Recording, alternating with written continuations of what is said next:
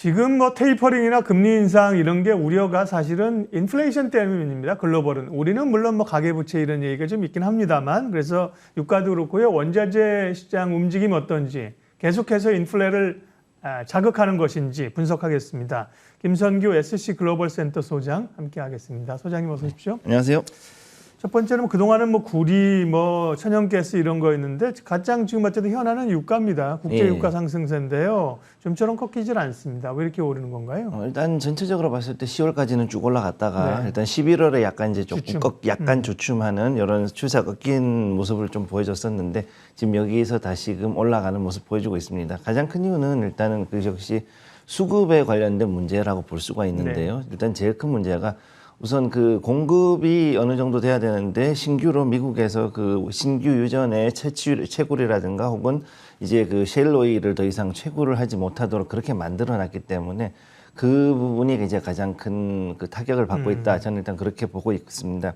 그리고 지금 현재 그 오펙 플러스에서는 지금 이런 그 여러 가지 이런 이슈를 가지고서 추가 증산 없이 40만 배럴 정도만 그 계속 증산해 왔다가 지금 이번에 이제 전략 비축유를 방출한다 그러니까 이것 때문에 다시 이것도 더 이상 안 하겠다 이제 또 감산하겠다 이런 얘기가 지금 나오고 있거든요.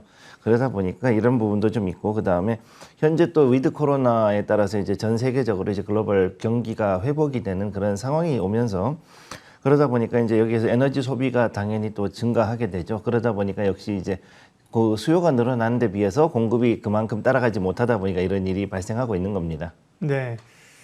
바이든 행정부도 이제 물가 상승에 대한 우려가 이게 뭐 표심으로 나타나는 거니까요. 잡기 위해서 각국이 전략적으로 비축해 놓은 예비유류인 전략유를 방출하자고 미국 본인도 하고 주변국들에까지 요청하는 상황까지 나왔습니다. 네, 사실 근데 이게 이전에 미국이 아니다라는 느낌을 저는 받는 게 보통은 미국에서 전략 비축유를 한번 방출한다 그러면 유가가 보통 한 $2 이상 지금 확 떨어졌었거든요. 그래서 3% 이상 많게는 5%까지 확 떨어졌었는데 지금 이게 전혀 약발이 먹지 않고 오히려 거꾸로 지금 상승을 해버렸거든요.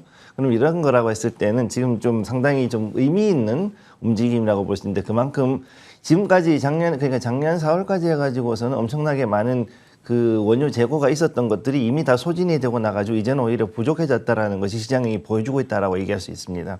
그래서 지금 현재 미국이 한중일 인도까지 해가지고 전략 비축유를 방출에 대해서 지금 동참을 촉구를 했고 심지어는 이제 중국하고도 이제 얘기를 했는데 중국이 지금 여기에 돼 가지고서는 조금 그 참여하기가 모호하다라는 게 지금 블룸버그에 어제 좀 나왔었습니다. 이런 기사가.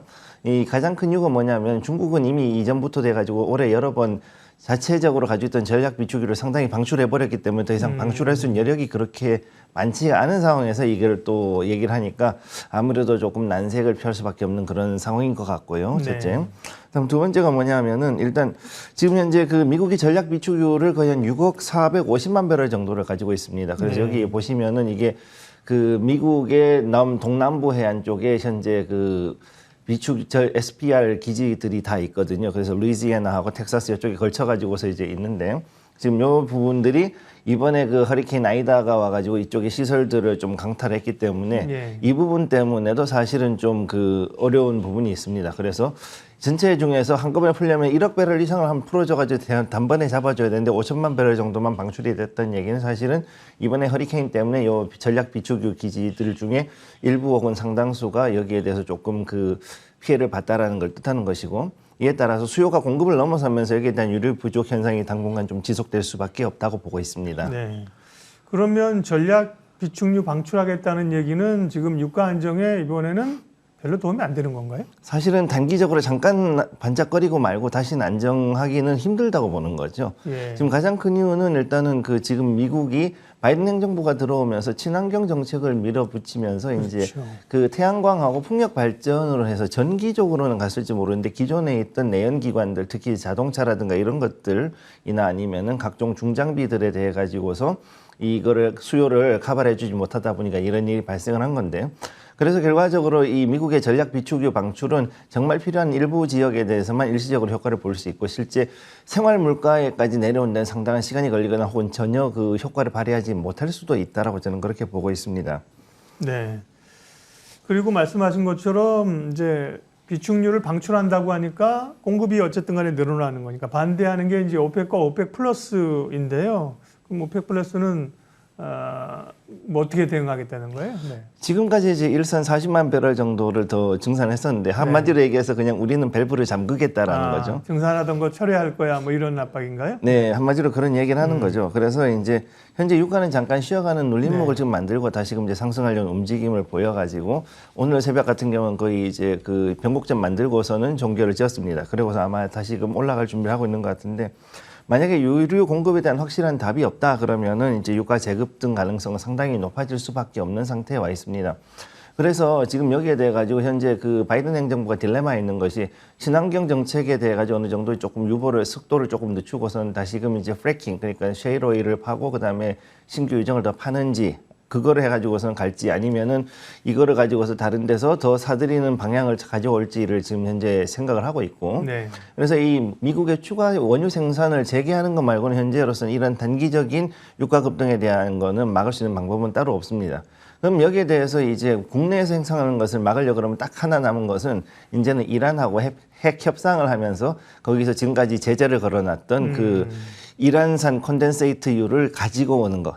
초경질 콘덴세이트를 가져올 수 있는 거 그거 말고는 이제는 다른 방법이 지금 없는 거죠. 그러는 이란하고 이제 또 외교적 관계에서 네. 갈등이 있는 상황이다. 풀기도 어렵고 그렇군요. 네. 유가 얘기는 그 정도 하고요. 원자재 유가뿐만 아니라 원자재 가격이 요소수 부족 사태도 우리가 겪었고 네. 이게 더 큰 흐름으로 보면 사실 2차 전지로 넘어가. 2차 전지 전기차 배터리 만드는데도 여러 그 광물들이 필요한데 이쪽에 우려를 미칠 수 있다는 얘기도 있습니다. 관련된 원자재 가격도 오름세인가요? 네, 지금 전체적으로 다 오름세고 굉장히 그 원자재가 유동성에 힘을 입어 가지고서는 어느 정도 이제 또 즉 인플레이션의 압력을 받은 것들도 있고 그다음에 또 전기차 배터리뿐만 아니라 자동차에 들어가는 각종 그 알루미늄이라든가 아니면은 마그네슘 같은 것들도 들어가고 또 뭐 여러 가지가 지금 올라가고 있는데 지금 가져온 제가 표를 보시게 되면은 이게 그 한국 무역협회하고 관세청에서 나온 자료인데 이게 지금 현재 우리나라의 5대 그 산업 분야가 있습니다. 예. 그래가지고 여기에서 반도체를 비롯해서 2차 전지, 그다음에 석유, 유화라든가 철강, 자동차 이쪽에서 거의 한 최소 한 50%, 한 60%, 많게는 한 8, 90%를 거의 다 지금 수입을 하고 있는 실정이거든요. 그러네요. 그러니까 여기 이거에 대해 가지고 수입해야 되는 상황이네요. 네, 그렇습니다. 그러다 보니까 이거에 대해 가지고서 만약 원자재 가격이 올라간다 그러면 결국은 우리가 이제 생산에는 생산 단가 자체도 올라가고 그러면 이제 역시 수출에도 영향을 좀 줄 수밖에 없는 그런 상황에 가는 거죠. 네.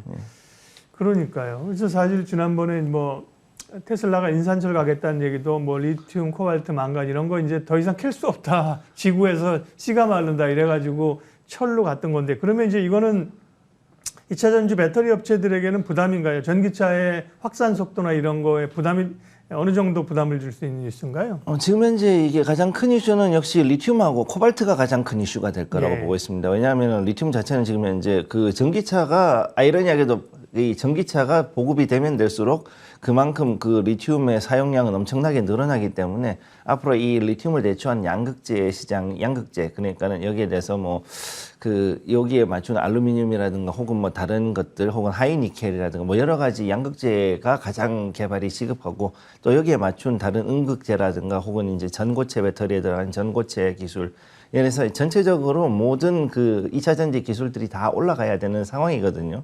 근데 가장 중요한 거는 당장 우리가 전기차를 어느 정도 활용하려고 그러면은 리튬을 대량 생산하는 기술을 만들든가 아니면은 그거를 대체하는 또 다른 더 좋은 양극재를 만드는 게 가장 시급하다고 할 수 있고 그다음에 현재 가장 큰 원자재 문제가 채굴량하고 그다음에 생산량 자체가 지금 줄어들고 있는 거죠. 그래서 신규로 어떤 그 광맥을 찾거나 개발하는 것에도 역시 힘을 쏟아야 되고, 그 다음에 지금 일단은 이런 부분들이 아까 잠깐 보셔서 아시겠지만 우리나라가 지금 집중하고 있는 것들이 대부분 4차 산업 쪽으로 상당히 많은 연관이 있다 보니까 이 경기 회복이라든가 4차 산업 관련된 원자재 수요가 앞으로 폭증하면은 여기에 맞춰가지고 관련 산업은 결국 이제 제동이 걸릴 수밖에 없습니다. 네.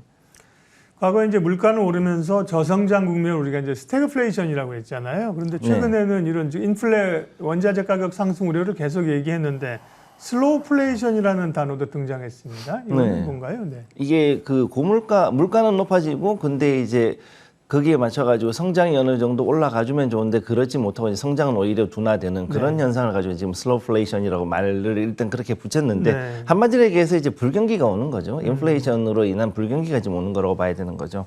그러다 보니 지금 여기에서 봤을 때는 이제 파월 연준 의장이 일단 드디어 연임을 했습니다. 그래가지고 네. 화요일에 이제 여기에 대해서 바이든 대통령이 발표를 했고 그러다 보니까 여기에 대해서 이 안 그래도 매파적인 연준 위원들이 앞으로 더욱더 그 테이퍼링을 강화하든가 심지어는 이제 조기 금리 인상을 당장이라도 할 듯이 이렇게 지금 갈 수 있기 때문에 이런 조기 금리 인상에 대한 압박이 더욱더 나올 것으로 보이고 그래서 일단은 여기에 따라서 이제 달러화가 이제 강세를 보인 다음에 부채 보이고 그 다음에 이제 거기에 맞춰서 우리나라도 이제 그럼 증시에도 좀 영향을 받게 되겠죠. 외국인 자금이 좀 들어오는데 약간 시간이 늦춰진다든가 이런 일이 생길 수 있고 그 다음에 또 지금 현재 남아있는 것이 12월 3일에 그 미 정부 부채 한도 그 한 시한이 이제 12월 3일까지 왔기 때문에 여기에 대해서도 빨리 이제 풀어줘야 되는 이런 일들이 있기 때문에 현재 12월 증시에는 굉장히 많은 변수가 지금 포진해 있는 상황이라고 할 수 있습니다. 따라서 여기에 대해서는 일단 연준의 인플레이션의 제지 노력을 자꾸 하기 위해서 금리를 올리거나 테이퍼링을 가속할 경우에는 오히려 자칫하면 지금은 오히려 고용이 좋다 그러고선 이제 정말로 금리 인상을 할 조건이 있다 그러고선 연준 의원들이 더욱더 금리 인상을 이제 외칠 텐데 자칫하면 이것 때문에 고용 불안이나 경기 침체 우려가 다시 올 수도 있는 거지요. 네. 유가 상승, 그 다음에 2차 전지에 들어가는 소재들의 상승, 국내 증시에 상당히 국내 경제에 상당히 부담이 되는 요인입니다. 게다가 뭐 요소수 자태라든지 중국에서의 그 공급망까지 문제가 생겨서 국내 경제, 국내 제조업에도 부담이 됩니다. 그 부분 좀 어떻게 지세요? 네, 일단 제일 중요한 건 역시 이제 그 우리가 가지고 있는 것 중에서 코발트 프리 기술 일단 배터리 2차 전지에서 이제 앞으로 코발트를 거의 극소량을 쓰거나 아니면 그걸 거의 쓰지 않은 코발트 프리 배터리 기술이 지금 이제 개발 중이라고 알고 있는데 이 부분이 이제 거의 상용화가 단계로 들어가야지만 이 리튬 배터리를 가지고 어느 정도 우리가 또 경쟁력을 잡을 수 있다라고 지금 저는 그렇게 보고 있고 그 다음에 지금 현재 이 원자재 수급을 위해 가지고서 결국은 이제 수입선 다변화하고 그 다음에 거래선을 만들지 못한다 그러면 이제 우리가 이제 포스코 케미칼이 했던 것처럼 이제 리튬 광을 따로 이제 우리가 원자재 개발을 들어가야 된다는 얘기죠. 이제 그런 부분을 해야 되는 게 국내에 지금 반입되는 원자재의 절반 이상이 사실은 중국산이고 실제 중국이 글로벌 원자재 채굴권 시장에서는 점유율이 거의 한 평균 70%를 넘어갑니다. 네. 그러다 보니까 이 중국이 이제 미중 분쟁 당시에 이걸 가지고서는 미국하고 그 싸울 때 하나의 카드로 써먹고 있는 것이 지금 현실이다 보니까 그러면은 이런 부분에 대해서는 우리가 결국은 우리가 자체적으로 어느 정도는 필요한 부분은 땡겨가지고 쓸 수 있는 전략 비축분도 있어야 되지만은 이제 그만큼 채굴권도 이제는 개발을 하러 들어가야 한다는 얘기죠. 네. 오늘 말씀하신 유가나 뭐 코발트 망간 이런 거 말고 그동안 지난번에 구리 가격 오르는 걸 상당히 주목했잖아요. 구리나 혹은 이제 뭐 원자재나 곡물이나 그쪽은 좀 상대적으로 좀 괜찮습니까? 그쪽도 지금 다 올라가고 있고 특히 이제 걱정이 되는 게 네. 쌀값이 많이 올라갑니다. 국제 쌀 가격이 지금 많이 올라가는데 이 부분이 가장 큰 문제가 아시아 지역이 지금 그 굉장히 많은 홍수하고 기상이변의 피해를 많이 겪다 그렇죠. 보니까 이것이 이제 3년 차에 들어가게 되면 이제 그 현재 들어가는 걸로 봤을 때 쌀 가격은 상당히 올라갈 수 있고 일단 우리나라는 그래도 자급률이 높긴 한데 그래도 좀 영향을 받지 않을까 일단 그렇게 보고 있습니다. 네. 그러면 전반적으로 원자재 가격 상승이 이게 도대체 뭐 내년은 쉽지 않네요. 계속 상승세 꺾기가 언제쯤 안정이 되는 거예요? 지금 현재 상태로 봤을 때는 테이퍼링이 어느 정도 되고 이제 조기 금리 상황까지 한다 그러면은 내년 상반기 후반 그러니까 6월에서 7월 정도가 돼야지만 비로소 좀 꺾일 수 있을 것으로 보고 있고 현재로는 좀 쉽지 않을 것으로 보입니다. 알겠습니다. 김성규 소장님 함께했고요. 한국은행 금통위 이주열 총재 기자회견이 시작된 것 같은데 현장 가보겠습니다.